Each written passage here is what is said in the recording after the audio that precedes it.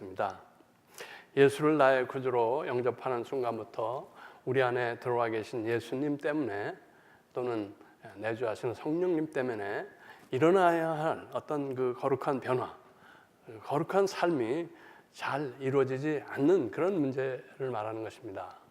그래서 우리가 참 옛날에는 기독교인 하면은 그래도 세상 사람들이 보통 사람들보다는 그래도 좀 믿을 만한 사람, 보통 사람들보다는 좀 착한 사람, 뭐 이런 인식이 있었는데 이제는 그런 게 전혀 없다는 것이죠. 그래서 우리가 속한 사회에서 이 빛과 소금의 좋은 영향을 주지 못하고 있는 이런 문제를 말하는 것입니다. 그것에 이제 한마디로 결론을 지면 이거는 우리가 예수님과의 동행이 잘 안 된다는 것입니다. 예수님과 함께 사는 이런 삶이 잘 안 된다는 것이죠. 내 안에 계신 주님을 늘 인식하고 느끼는 것이 약하다는 것입니다. 사실 우리의 24시간 일거수일투족을 주님이 보고 계신다는 것을 우리가 늘 의식한다면 우리의 삶이 이렇지는 않을 텐데 하는 그런 얘기입니다. 또 우리가 뭐 주일도 그렇고 수요 예배도 그렇고 많은 예배를 드리고 또 예배 때 말씀도 듣지만 교회당 예배당 문을 나가는 순간 그거 싹 희미한 옛사랑의 그림자가 되는 것입니다. 그럴 때는 웃어도 됩니다. 주제하고 관계없이 우리는 웃을 수 있는 자유한 사람들입니다. 아멘. 예. 이 동행이 잘 안 된다는 것은 또 다른 말로 하면 하나님과 또는 예수님과 나와의 인격적인 관계 형성이 잘 안 된다, 잘 안 돼 있다는 것입니다. 지난주 길게 설명을 드렸죠. 이 주님과의 그 관계성, 바람직한 관계성은 사실 부부보다도 더 친밀해야 한다는 것이죠. 부부간에는 뭐라 그러죠? 다른 주머니를 찰 수도 있죠. 그건 뭐라 그러죠? 그 몰래 비자금 주머니를 찰 수도 있고, 또 아무리 부부지만 그 배우자에게 말 못하는 그런 일이 있을 수가 있습니다. 우리 김 권사님 웃으시는데 예. 그런데 예수님과는 그게 안 통한다는 거죠. 예수님한테는 비자금 주머니가 있을 수가 없고 내가 아무리 숨기려 해도 숨길 수 없다. 그러니까 더 그런 관계성, 서로가 서로를 너무나 잘 아는 그런 관계, 그런 것이 인격적인 관계다라고 말씀드렸습니다. 오늘은 이 주님과의 인격적 관계성의 가장 큰 장애물이 되는 것, 이거에 대해서 생각해 보려고 하는 것입니다. 그것이 무엇이죠? 주님과의 관계성이 잘 안 되게 하는 것, 그게 죄지요. 죄. 애초에 창세기에서 이 죄가 하나님과 인간 사이를 갈라놓은 것입니다. 그리고 하나님께서 아브라함 또는 이스라엘 백성을 택하여서 당신의 구원 역사를 이루어 나가시는데 이 굉장히 오래 걸렸습니다. 이 죄 지은 인간이 하나님 앞에 다시 죄 없는 자로 나아가는 길을 얻는데 굉장히 오랜 시간이 걸렸습니다. 생각해 보세요.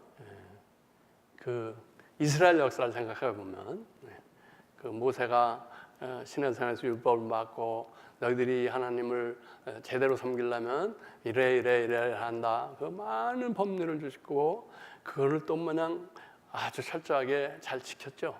그냥 매일 막 수백 마리의 그 양이 죽어 넘어가지고 물론 뭐 그것을 식량으로 삼기도 했지만은 그 엄격한 그 제사의 룰을 통해서 사람들이 하나님 앞에 나아갈 수 있다. 뭐 이런 것들을 계속 이렇게 가르치고 또 이렇게 실천해 왔는데 오래 걸린 것입니다. 그 나가는 것이 얼마나 어려운지, 그리고 또 그것이 얼마나 불가능한지를 아는데 오래 걸린 것입니다. 율법으로도 안 되고 우리의 의로운 행위로도 안 되고 애써도 안 되고 울어도 안 된다. 결국은 뭡니까? 구약에서 계속 예언하고 약속한 것이 또 신약에 와서 이루어진 것이 이 메시아, 하나님이 보내시는 이 메시아로서만 그것이 가능하다는 것을 인간들이 알게 되는 거죠. 드디어 때가 와서 하나님께서 이 약속한 메시아 구세주를 보내셨고 그분의 삶과 사역을 통해서 십자가와 부활을 통해서 하나님께서 그 완전한 구원 역사를 이루셨을 때 감사하게도 그것을 믿고 구원받는 그 사람들 중에 우리도 포함이 되게 된 것이죠. 그 메시아를 구주로 영접하여서 하나님 앞에 나갈 수 있는, 하나님 앞에 의롭다 인정받는 의로운 자들이 된 것입니다.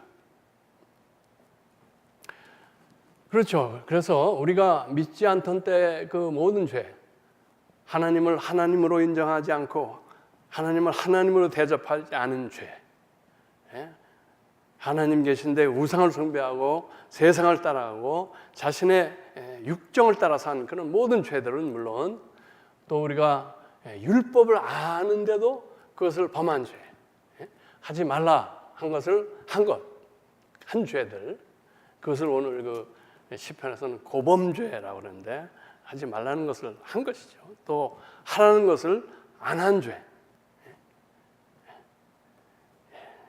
그런 모든 죄가 다 용서받았다는 것입니다. 우리가 그 구세주를 우리의 구주로 영접받을 때, 할 때 그렇게 되는 것이죠. 그건 맞는 얘기죠. 그런데 이 죄의 문제가 다 해결된 것은 아니다는 것입니다. 이제 하나님을 알고 그분을 구주로 영접했지만 여전히 우리에게는 우리를 믿음에서부터 떨어뜨리려는 하나님을 대적하는 사탄의 세력과 그 사탄이 사용하는 무기 뭡니까? 우리가 사는 이 죄의 환경, 또 우리에게 수시로 시도 때도 없이 다가오는 유혹, 또 우리의 옛자아가 그대로 있다는 것입니다. 그래서 빛이신 하나님의 자녀들이 되어서 빛의 자녀로서 정말 죄 없이 살아야 하는데 우리가 어쩔 수 없이 빛이신 주님을 피해서 어둠에 있는 양, 어둠의 일을 행하게 된다는 것입니다. 그럴 때마다 우리는 우리의 주님의 마음을 엄청 아프게 해드린 것이고 또 어떤 분들은 메시아를 십자가에 다시 못질하는 그런 일을 우리가 행한다 하고 말하고 있습니다. 죄 용서받고 구원받았는데 왜 이렇게 죄가 문제가 돼야 합니까? 십자가의 능력으로 우리가 죄인됨을 고백하고 회개할 때 모든 죄를 용서받고 하나님의 거룩한 자녀들이 되었는데 왜 우리가 죄책감에 시달려야 한다는 말입니까? 하고 이제 반문을 하실 수가 있습니다. 또 그런 생각을 가지고 우리를 또 꼬드기는 그런 이단도 있습니다. 네가 참 구원받았다면 그런 죄책감이 있어서는 안 된다.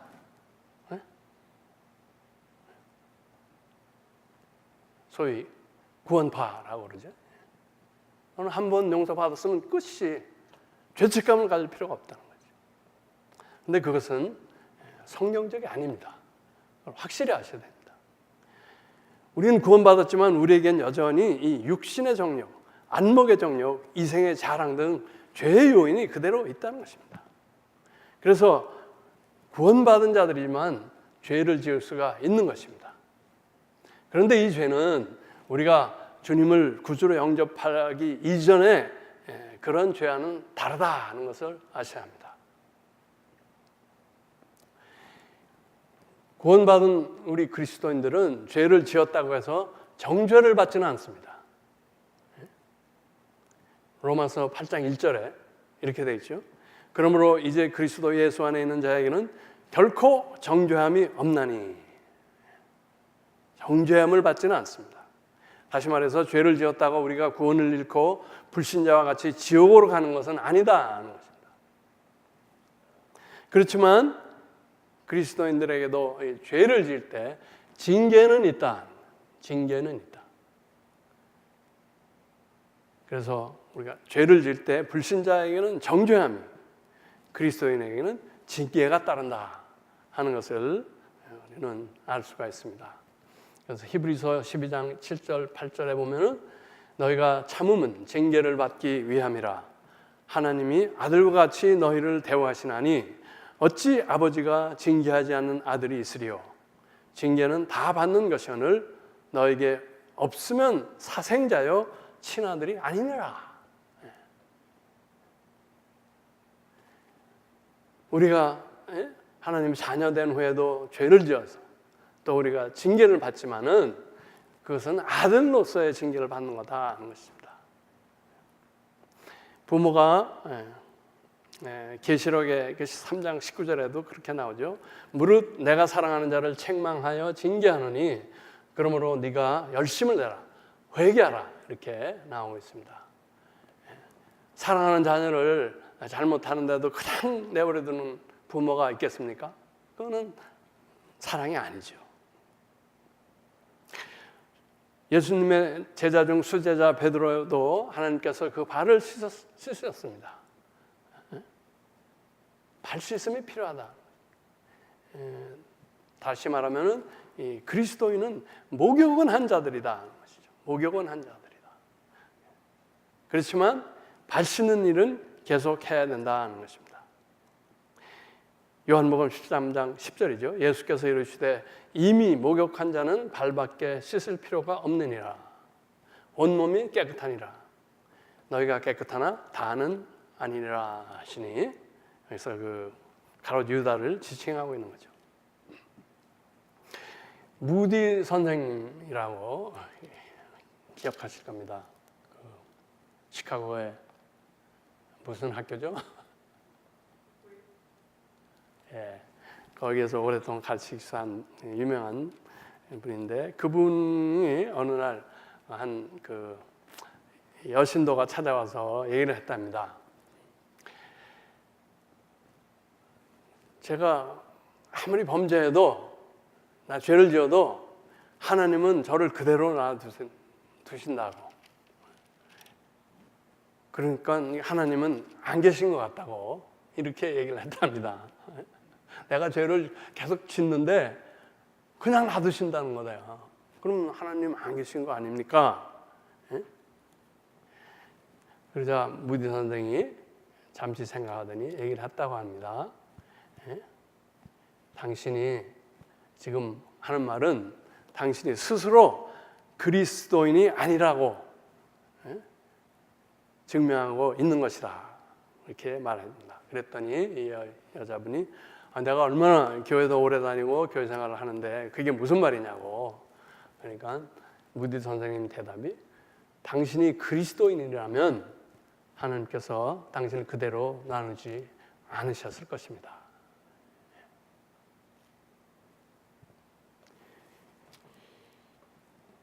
그렇습니다. 이게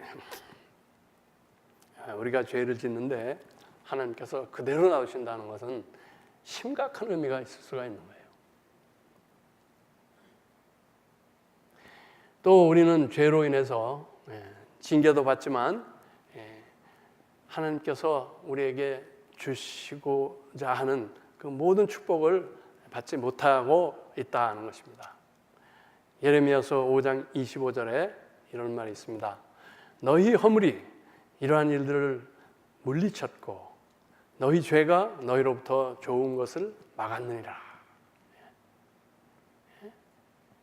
하나님께서 좋은 것을 주시려고 하는데 너희 허물이 이런 것들을 싫다고 물리쳤고 너희 죄가 이 오는 것을 다 막고 있다는 것입니다. 우리의 죄 때문에 하나님과의 관계성이 무너지고 우리의 기도가 막히고 우리에게 있는 기쁨과 평강이 없어지고 우리는 능력을 잃는 것입니다. 죄가 있는 데다 하나님이 은혜와 부흥을 허락하지는 않는다는 것입니다. 징계를 받아 회개에 이르고 하나님과의 관계성이 회복된다면, 그래서 보다 풍성한 축복을 누린다면은 징계는 뭐예요? 축복으로 우리가 받을 수가 있다는 것입니다. 그 반대로 죄를 지어도 그럭저럭 잘 산다는 것은 축복이 아니라 하나님께로부터 버림받은 것이 될 수도 있다. 그러면 우리는 어떻게 이 죄를 이길 수가 있는가 하는 문제입니다. 중요한 문제죠. 구원받은 그리스도인에게도 여전히 죄의 문제가 있지만 하나님은 우리가 죄에 지어서 죄를 짓고 계속 살라는 것은 아니다 하는 것을 또 아시기 바랍니다. 우리 믿음의 연단을 통해서 죄를 이기고 승리하는 삶을 살라는 것입니다. 어떻게 그게 가능할까요? 그게 이제 오늘 읽은 본문 중에 하나죠. 요한 1서 1장 9절. 만일 우리가 우리 죄를 자백하면 그는 미쁘시고 의로우사 우리 죄를 사하시며 우리를 모든 불의에서 깨끗하게 하실 것이요. 우리가 죄를 이기는 길은 죄의 고백과 회개입니다. 죄의 고백과 회개. 구원받은 그리스도인들은 죄를 지을 때 불편합니다. 아멘? 불편합니다. 그것은 우리 안에 계신 성령의 역사입니다. 우리가 하나님의 마음을 아프게 하고도 마음이 편할 수 있다면 그건 어딘가 무언가가 거짓말하고 있는 것입니다.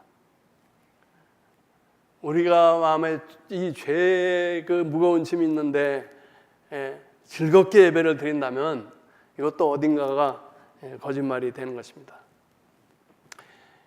우리 마음이 무거울 때, 죄 때문에 마음이 불편할 때, 그럴 때 속히 고백하고 회개하라는 것입니다.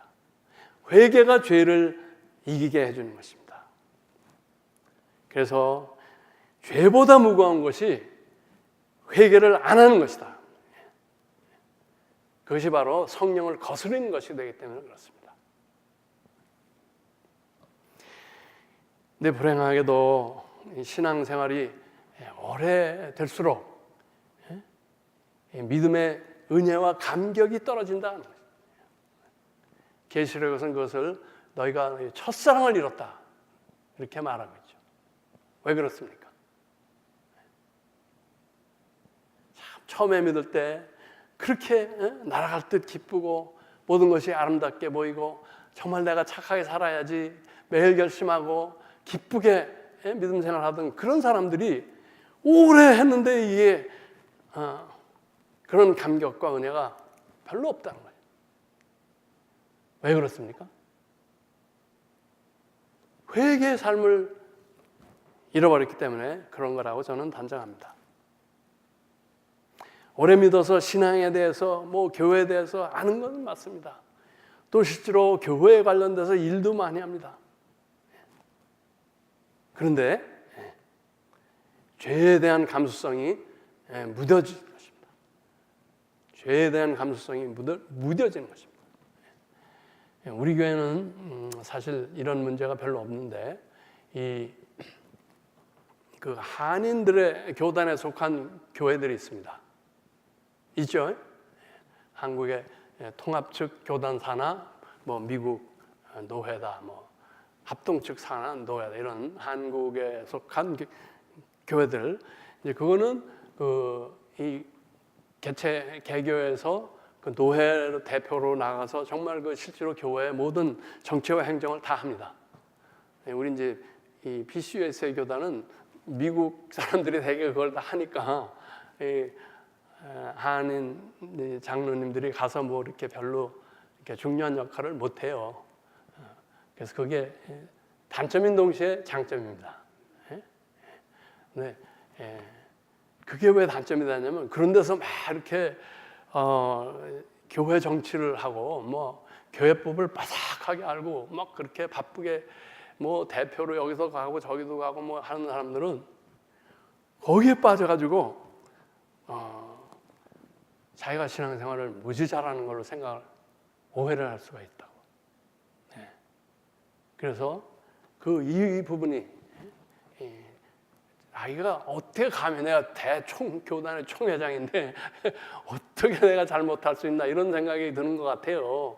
그래가지고는 이 회개의 삶이 좀 부족하기 때문에 이런 믿음의 은혜와 감격이 떨어지는 것을 저는 종종 보게 되는데 우리 교회는 없습니다. 여러분은 걱정 안 하셔도 됩니다.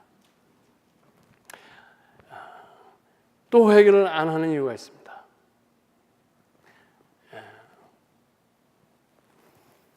회개의 좌절이라고 그러는 건데 이게 회개를 했는데 또 죄 짓는다는 거죠. 또 회개를 했는데 또 짓는다 이거예요. 그러니까 이게 뭐라고 그래요? 그죠? 쪽팔리는 거예요. 쪽팔리는 거. 그래서 이거 해도 또 짓는데 그 회개의 능력을 체험을 못하는 거죠.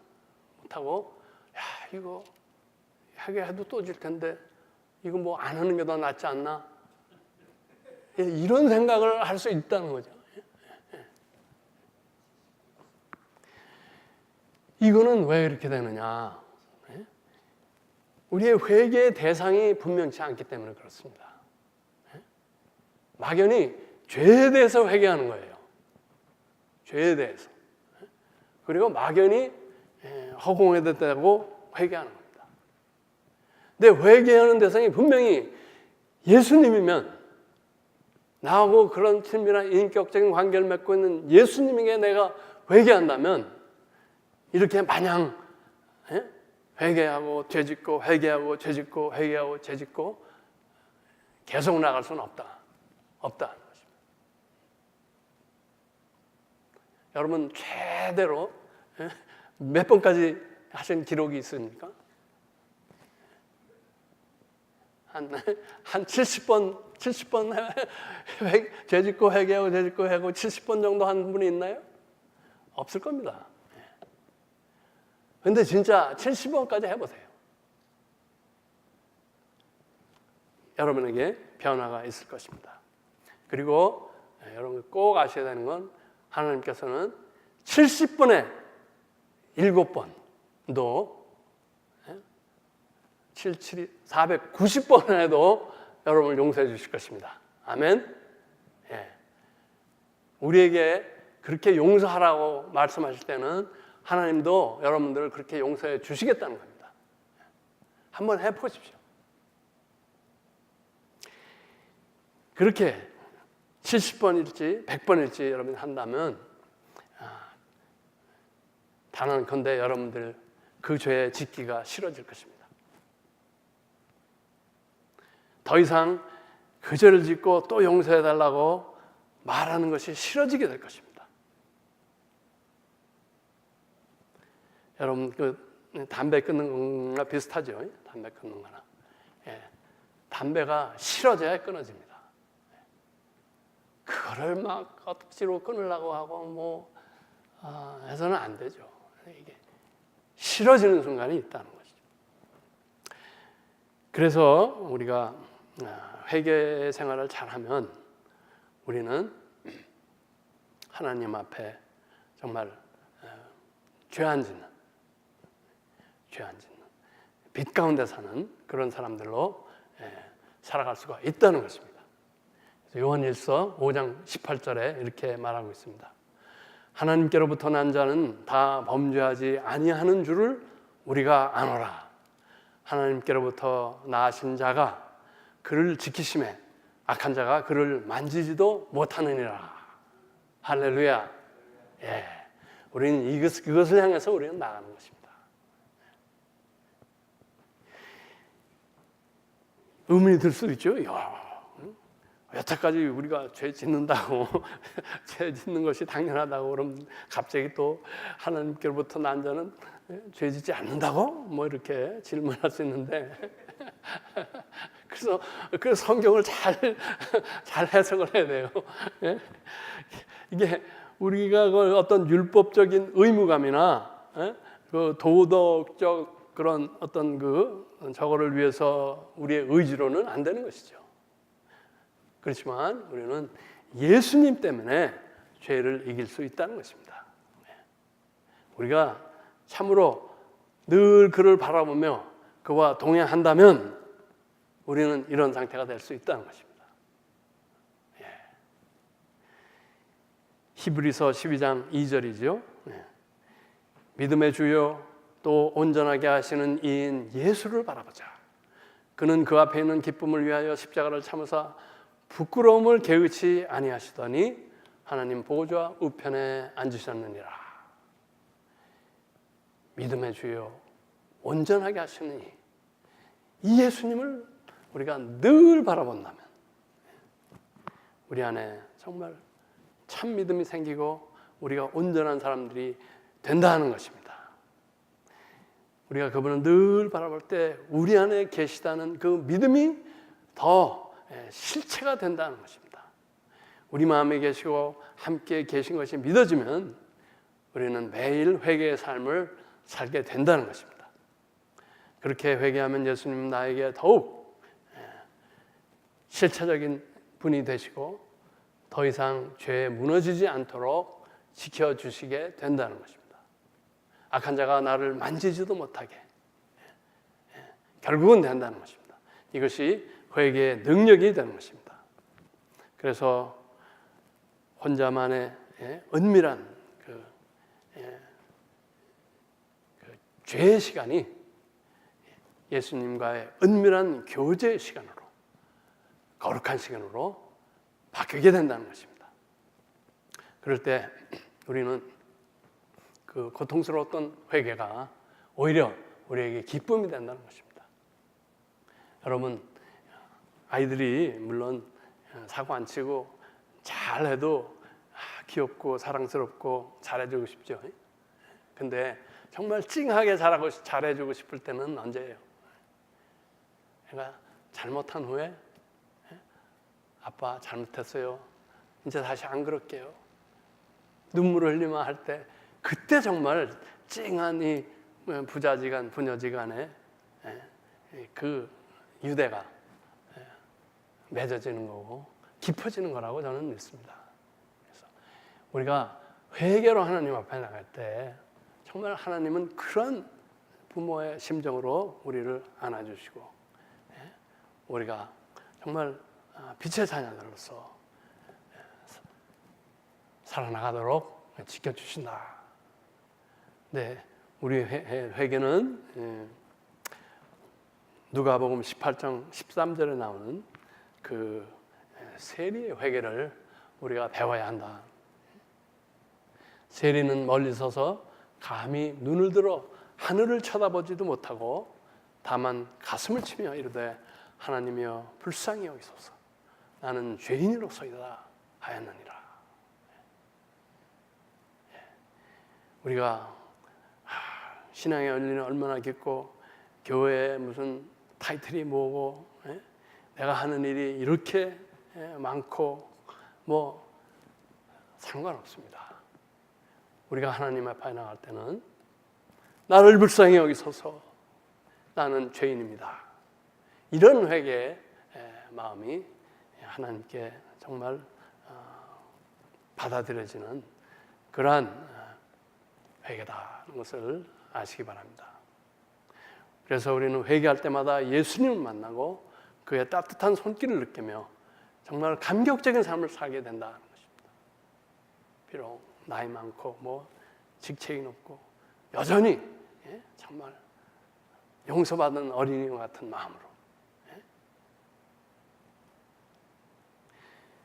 그리고 또 이 죄 문제에 대해서 우리에게 가르치시는 것은 우리가 하나님께 물론 죄를 고백하고 회개하지만 사람 앞에도 고백을 해야 된다는 것입니다. 이 예수님과의 관계를 제대로 유지해 나가기 위해서는 하나님께서는 사람도 사용하신다는 것이죠. 감사합니다. 패트릭 민츠라는 목사님이 쓰신 글인데 주로 남자들을 향해서 남자들의 비밀스러운 죄 이런 책인데 내가 싸우고 있는 죄에 대해서 다른 사람에게 고백하고 도움을 요청한다면 진정으로 회개하는 것이다. 그렇지만 내가 싸우고 있는 그 죄를 다른 사람에게 그 문제를 기꺼이 말하려 하지 않는다면 아직 자신을 속이고 있는 것이다. 이런 말을 했습니다. 우리가 정말 그 죄를 회개한다면 우리는 참 믿을 만한 신앙의 친구에게 말할 수 있어야 됩니다. 그게 정말 완전히 회개했다는 증거가 된다는 것입니다. 우리 이 한국에 그 대붕이 있었죠. 대붕이 대개 이제 1907년 평양 대붕을 얘기하는데 사실 1903년에 원산에서 그게 시작된 겁니다. 당시에 그 원산 지역에 있던 하디 목사라는 분이 어떤 사경회에서 자기 죄를 고백한 거예요. 그리고 회개한 거예요. 자기가 선교사로 나와서 뭐 이렇게 뭐 하지만은 마음속에 한국 사람 그 당시 조선인에 대한 우월감이 있었다는 거예요. 조선인들을 좀 내려다보고 뭐 저런 이런 그런 마음이 있었다는 것을 고백하고 이 양반이 회개할 때 그 참여했던 많은 사람들이 또 자기 죄를 고백하고 회개하는 그런 놀라운 역사가 혼산에서 있었고 그 부흥의 불길이 평양으로 옮겨간 겁니다. 평양에서도 똑같았죠. 그 당시 그 교회 최고의 리더였죠. 길선주 장로가 갑자기 나는 죄인입니다. 내가 친구가 그 죽으면서 그 자기 관리해서 자기 딸인가 뭐 이렇게 주라고 한 그 돈의 일부를 내가 떼먹었습니다. 고백을 한 거예요. 그래서 막 참여했던 사람들이 그냥 또 여기저기서 자기 죄를 고백하면서 막 눈물바다가 되고 하는 그게 그 1907년 평양 대붕의 시작이었던 거죠. 전국으로 흩어져서 그때 한국의 기독교가 엄청난 이런 그 부흥을 이룩했는데 사람 앞에 자기의 부끄러운 죄를 고백한 거예요. 야고보서 5장 16절이 말하고 있죠. 그러므로 너희 죄를 서로 고백하며 병이 낫기를 위하여 서로 기도하라. 의인의 간구는 역사하는 힘이 크니라. 병 난 것도 중요하지만 그 이전에 먼저 죄를 서로 고백하라. 이것이 초대교회의 그 교회의 능력이 아니었냐. 초대교회의 엄청난 부흥의 역사가 이것 때문에 일어나지 않느냐 저는 생각을 합니다. 우리가 뭐 초대교회로 돌아가자 뭐 그런 얘기를 쉽게 하는데 그러기 위해서는 우리가 정말 죄를 고백하고 회개하는 역사가 더 먼저 더 크게 일어나야 하지 않는가 그런 생각을 합니다. 요한 웨슬리 그 감리교회의 창시자가 된 분인데 그분이 사역하는 동안에 그 고백 공동체라는 것을 리드를 했습니다.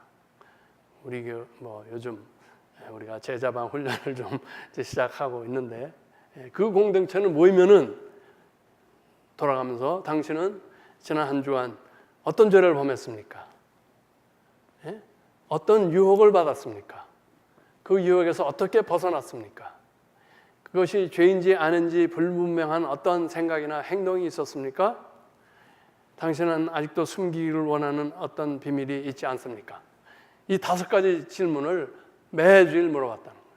돌아가면서. 그래서 자신들의 성화, 거룩한 모습을 이루기 위해서 애쓴 결과가 감리교회 아니겠습니까? 이 회개의 기회는 늘 있는 것은 아니다. 베드로후서 3장 9절에 주의 약속은 어떤 이들이 더디다고 생각하는 것 같이 더딘 것이 아니라 오직 주께서는 너희를 대하여 오래 참으사 아무도 멸망하지 아니하고 다 회개하기에 이르기를 원하시느니라. 회개의 때가 있다. 말세 지 말을 사는 우리에게 이 말씀이 절실하게 들려와야 할 것 같습니다. 요나의 경우가 있죠. 요나의 경우 다행히도 그는 그 고래 뱃속에 들어가서 회개를 합니다. 그래서 다시 한번 그 선지자로 세워지고 사역을 감당할 기회가 주어졌죠. 네. 가롯 유다의 경우는 그 기회를 놓쳤습니다. 그는 후회는 했는데 회개를 하지 못했습니다. 여러분, 세상과 지옥의 결정적인 차이가 무엇인지 아십니까? 세상에는 아직도 회개의 기회가 있습니다. 그런데 한번 지옥으로 가시면은 회개의 기회가 없어진다.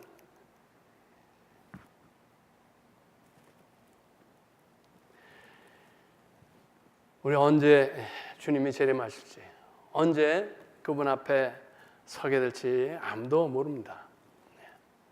우리는 언제 그 일이 닥쳐도 회개하지 않은 죄가 없기 위해서 매일, 매주 고백하고 회개하는 그러한 믿음의 공동체가 되어야 하지 않나 생각합니다. 매일 내가 주님과의 개인적인 교제에 있어서 내가 잘못한 것들, 내가 몸된 교회를 섬기는 일에 있어서 내가 잘못했고 허물됐던 것, 가정과 가족에 대한 의무에 있어서, 다른 사람들과의 관계성에 있어서, 세상과 물질에 대한 나의 태도에 잘못된 것들, 나에게 아직도 있을 수 있는 은밀한 죄, 감추어진 죄에 대해서, 또 우리 모두에게 맡겨주신 이 복음을 전하는 일에 대해서 내가 오늘 하나님 앞에 부끄럽지 않은가? 늘 회개하는 우리 모두와 교회 되시기를 축원합니다. 기도하겠습니다. 죄 중에 죽을 수밖에 없었던 저희를 사랑으로 구원해 주시고 자녀 삼으시며 저희들의 거짓되고 부패한 마음속에 들어오신 것 감사를 드립니다. 우리가 믿는다 하지만 속에 계신 주님을 의식하지 못하고 자의로 행했던 것들 용서하여 주시옵소서. 지은 죄를 알지도 못한 것, 알지만 고백하지 않고 회개하지 않은 것들, 이 시간 모두 생각나게 하시고 가슴 치며 회개하는 심령 저희들에게 허락하여 주시옵소서. 하나님과의 올바른 관계를 회복하고 빛 되신 주님 앞에서 빛의 자녀들로 사는 우리들로 축복하여 주시옵소서. 우리 주 예수 그리스도 이름으로 기도하였습니다.